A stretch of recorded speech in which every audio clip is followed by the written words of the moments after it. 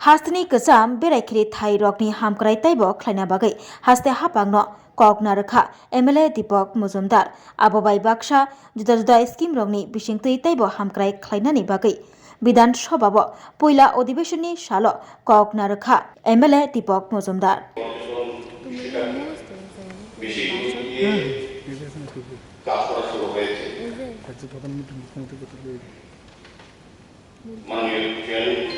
আপনারা অবগত আছেন 2018 সালে 9 মার্চ সংবিধান ত্রিপুরা করার লক্ষ্যে রাজ্যে একটি প্রগতিশীল ও জনকল্যাণমুখী সরকার প্রতিষ্ঠিত হয়েছে।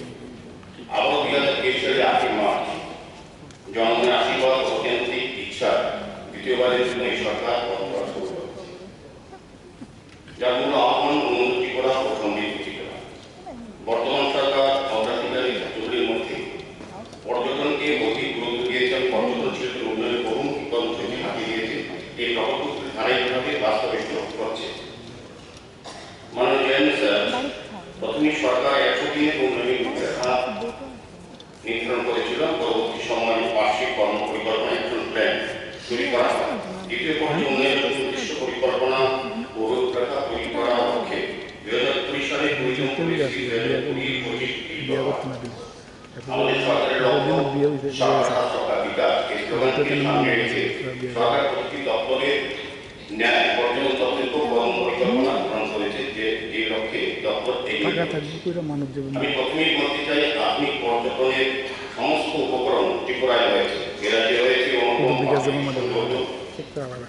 পাহাড়, জলাশয়, নদ নদী, হাজার বছরের রাজাদের কীর্তি, ইতিহাস, ভাস্কর্য, প্রত্নতত্ত্বের অমূল্য সম্পদ, পুরাতত্ত্ব ঐতিহ্যমণ্ডিত মন্দির, গির্জা এবং দেবতা এবং দূষণমুক্ত পরিবেশ, যা পর্যটনের একটি অপরিহার্য শর্ত।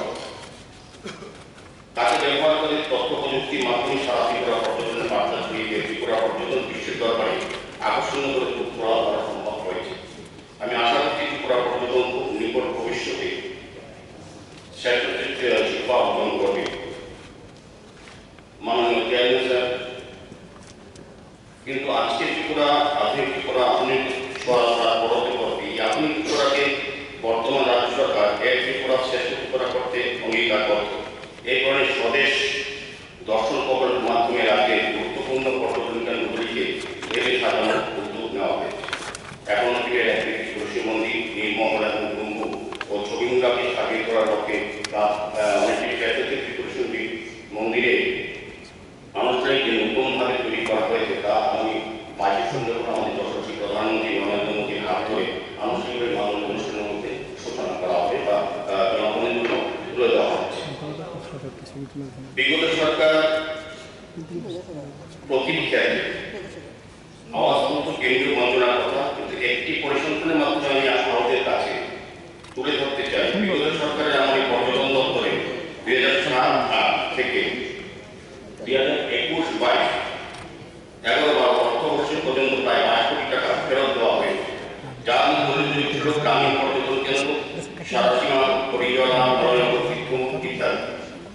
সবচেয়ে পরিচালিত বিষয় বয়োবস্থিত মন্দির সংলগ্ন পর্যটন দপ্তরে পরিচালনা রাজ্যের তৃতীয় মিউজিয়ামটি প্রায় ব্যবস্থা হয়েছে।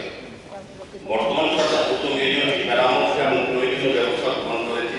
ইতিমধ্যে এশিয়ান ডেভেলপমেন্ট ব্যাংকের মাধ্যমে তা কাজ শুরু হয়েছে। রাজ্যের বেশ কয়েকটি tourist lodge, tourist cottage, cafeteria, information centre দীর্ঘদিন ধরে বন্ধ হয়ে ছিল, ফলে পর্যটন শিল্প হিসাবে আত্মপ্রকাশ করতে পারে। রাজ্যের বর্তমান সরকার পর্যটন শিল্পকে অগ্রাধিকারের ক্ষেত্র হিসেবে চিহ্নিত করে গুরুত্বপূর্ণ টুরিস্ট লজগুলিকে অত্যাধুনিকভাবে সাজিয়ে তুলতে তোলা হয়েছে, যার মধ্যে অন্যতম Gitanjali tourism guest house, Sagarika পর্যটন নিবাস, পটবা ভিউ ট্যুরিজম লজ, এছাড়া নতুন নতুন পর্যটন কেন্দ্র গড়ে তোলার কাজ চলছে। সবচেয়ে পরিতাপের বিষয়, বিগত সরকারের আমলে ট্যুরিজম পলিসি গৃহীত হয়। বর্তমান সরকারের উদ্যোগে আমাদের ট্যুরিজম পলিসি গৃহীত হয়েছে। আমি সুনির্দিষ্টভাবে বলতে চাই, এই রাজ্যে পর্যটনকে গুরুত্বপূর্ণ শিল্প ছিল, তা বিগত সরকারের বোধগম্য হয়। কারণ 1987 সালে পর্যটন শিল্প হিসাবে ঘোষণা ও পর্যটন শিল্পের রূপে আত্মপ্রকাশ করেন। শুধু তাই নয়, বিগত সরকারি প্রাকৃতিক সৌন্দর্যগুলিকে কাজে লাগিয়ে পর্যটনকে ঘেরে সাজানোর জন্য নির্দিষ্ট পরিকল্পনা গ্রহণ করেন। এ সকল কারণে বিগত সরকারের আমলে পর্যটন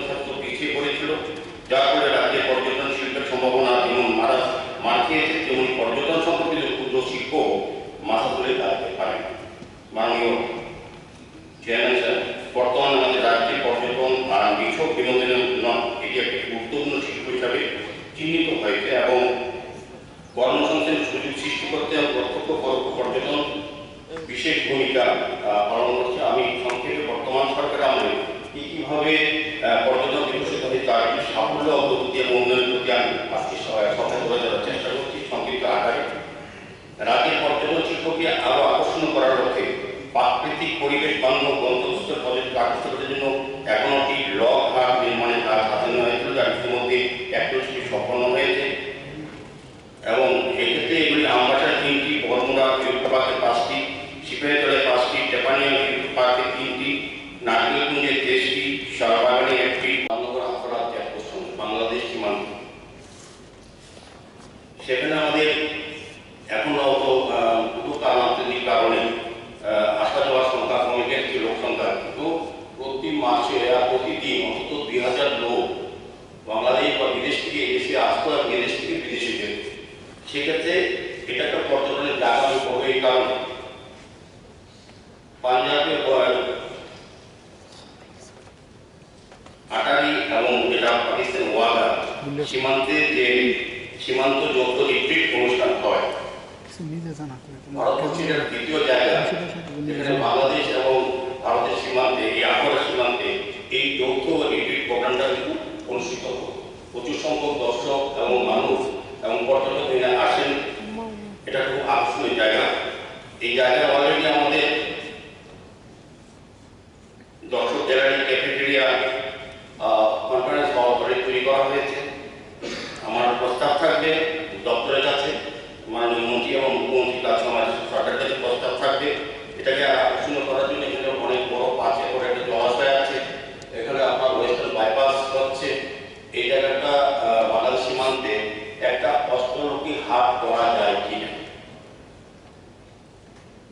আমাদের প্রধানমন্ত্রী অষ্টলোকীর উপর খুব জোর দিয়েছেন এই হাটটি দেশের রাজ্যের উপর।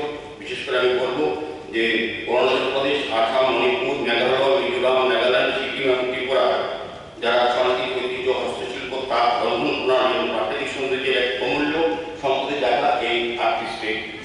এই স্টেটে যদি এখানে অষ্টলোকী হাট হয়, তাদের এই 8টা স্টেটের বিভিন্ন সাংস্কৃতিক এবং বিনিময় হবে, তার সামগ্রিক আমাদের সবাই পাবো এবং ইনফরমেশন সেন্টার থাকবে। যে সকল পর্যটক দেশ বিদেশ থেকে এই আগরতলা এই জায়গায় আসবে অষ্টলোকী হাটে, তারা সিকিম বা অঞ্চল বা আসামে কি কি পর্যটন জায়গা আছে এখান থেকে তারা যেমন খবর পাবেন, এখান থেকে ব্যবস্থাপনা বুকিং করে তারা কিন্তু অন্যান্য রাজ্যে গিয়েও এই পর্যটন ব্যবস্থার সুযোগ গ্রহণ করতে পারবে। কাজে আমি বলবো যে আমাদের দপ্তর এবং সরকার অনুমোদন প্রস্তাব থাকবে হাউসে, যাতে এটাকে পর্যটনের জায়গা, যেহেতু দেশ বিদেশ থেকে যখনই আমাদের কোনো রাষ্ট্রপ্রধান আসুক বা সরকারি বেসরকারি হোক বা আমাদের আত্মীয় পরিজন আছেন, তারা প্রত্যেকেই চেষ্টা করে বাংলাদেশের বর্ডারে এই জায়গাটা পরিদর্শন করার জন্য। এটা একটা আকর্ষণীয় জায়গা।